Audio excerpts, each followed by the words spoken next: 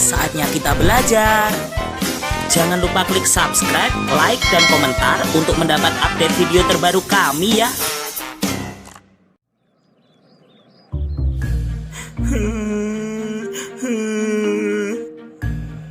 Vito, apa yang kamu lakukan di sini, Nak? Kenapa kamu menangis? Oh, Mbah Prapto, aku tadi melewati jembatan itu dan terpeleset, Mbah. Bagaimana keadaanmu sekarang, Nak? Aku tidak bisa menggerakkan kakiku, Mbah. Coba Mbah akan periksa dulu, Vito.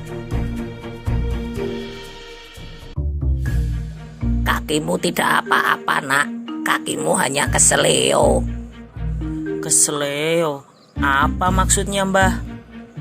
Keseleo adalah gangguan atau cedera pada otot. Hal itu disebabkan karena adanya gerakan mendadak pada otot atau karena adanya paksaan gerakan otot. Keseleo bisa terjadi kapan saja dan di mana saja, Nak. Iya, Mbah. Mungkin saya tadi kurang hati-hati saat melewati jembatan itu. Setelah dirawat dan diobati, cedera kakimu akan segera sembuh, Vito. Sekarang Mbah akan mengantarmu pulang, Nak. Terima kasih, Mbah Prapto.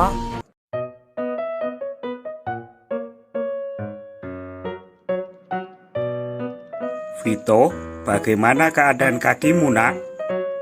Kakiku sudah baikan ya. Aku sudah mulai bisa menggerak-gerakkannya. Benarkah yang kamu katakan, Vito? Apakah kakimu sudah bisa melakukan semua gerakan otot?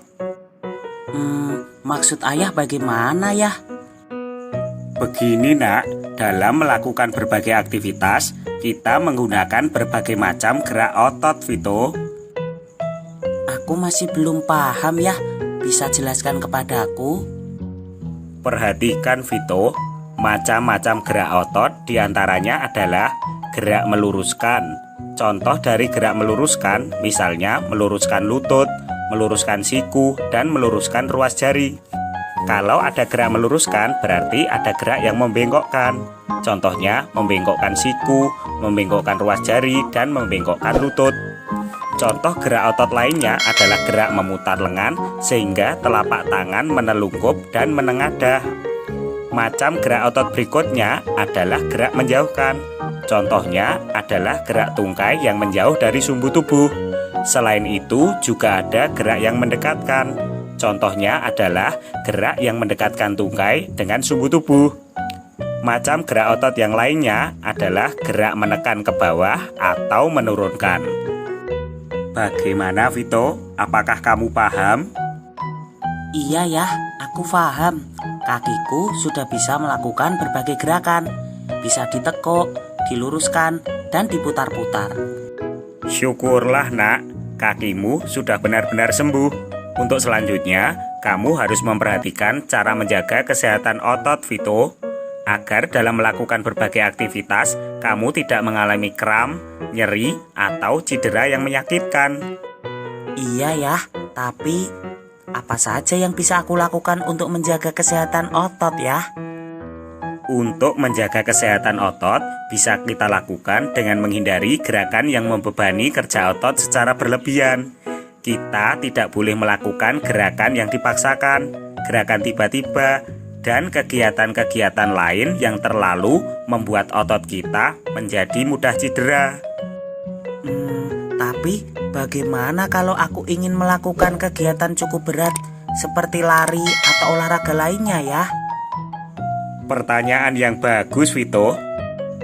Untuk menghindari cedera sebelum melakukan aktivitas yang cukup berat seperti olahraga, kamu harus melakukan peregangan sebelum dan sesudah melakukan aktivitas. Selain itu, kamu juga perlu latihan rutin untuk melatih dan membuat ototmu semakin kuat. Apakah cukup begitu saja ya? Tidak, Nak.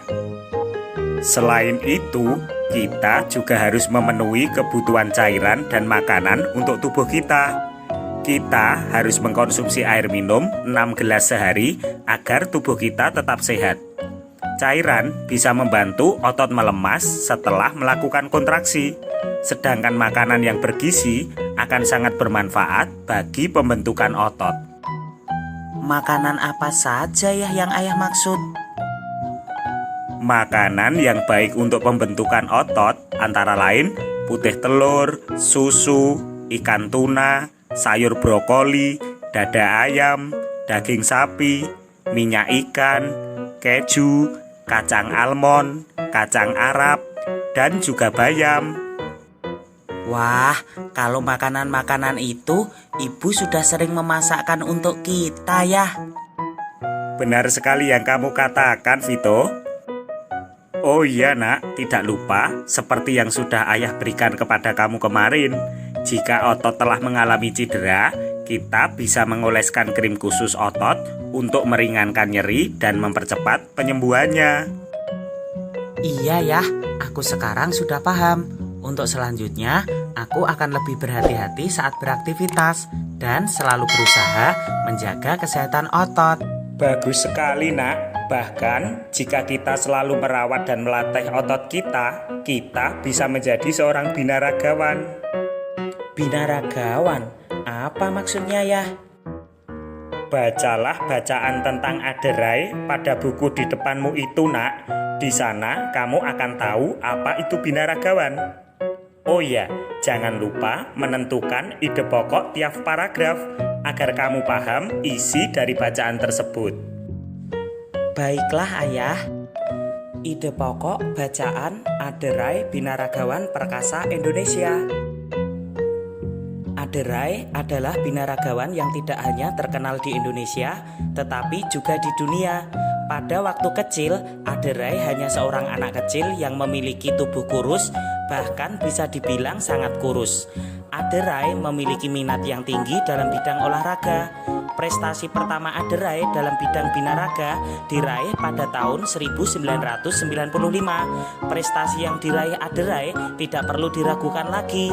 Berkat prestasi-prestasinya itulah Aderai turut mempromosikan binaraga di Indonesia. Setelah pensiun sebagai atlet, Aderai masih tetap berkecimpung dalam dunia binaraga. Aku telah selesai membaca dan menemukan ide pokoknya ya. Bagus sekali, Vito. Lalu, bagaimana menurutmu? Bukankah kisah Aderai itu sangat menginspirasi, nak? Iya ya, aku menjadi tahu bahwa dengan keseriusan dan ketekunan akan dapat mencapai keinginan kita.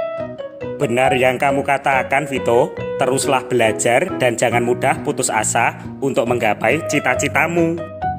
Iya ayah, terima kasih.